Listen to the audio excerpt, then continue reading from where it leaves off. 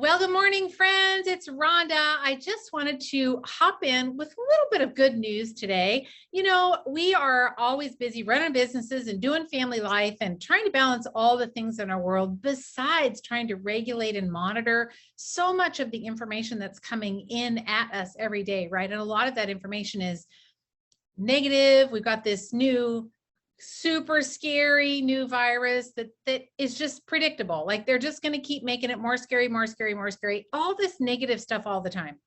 But what was the last book that you read that made you feel happy? What was the last thing that you read that just made you put a big smile on your face and gave you hope in humankind and hope in humanity, and maybe the realization that, yeah, life might be a little challenging right now, but that doesn't mean that it's difficult. I recently read a book and I wanted to share it with you, and it's called The Happiest Man on Earth. And he is a Nazi concentration camp survivor. And he finally was basically, throughout his life, he never told anyone about his experiences, and they were horrific. And he writes about some of them in the book.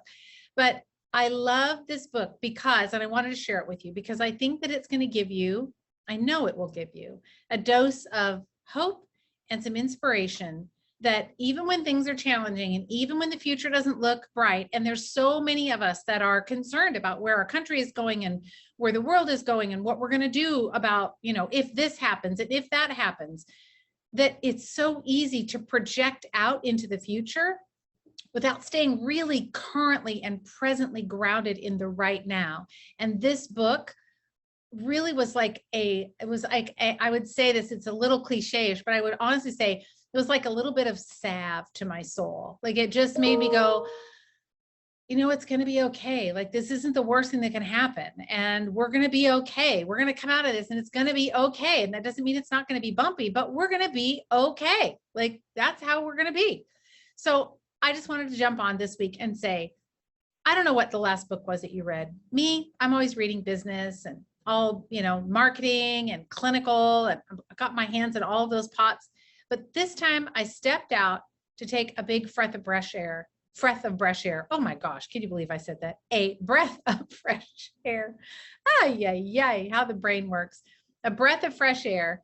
And I wanted to just share my inspiration with you. So I put a link into the book below if you want to grab it on Amazon or go buy it from your local bookseller. But it was absolutely well worth the read. I have it in a paperback, which I gave to my darling husband, who is not an Audible person.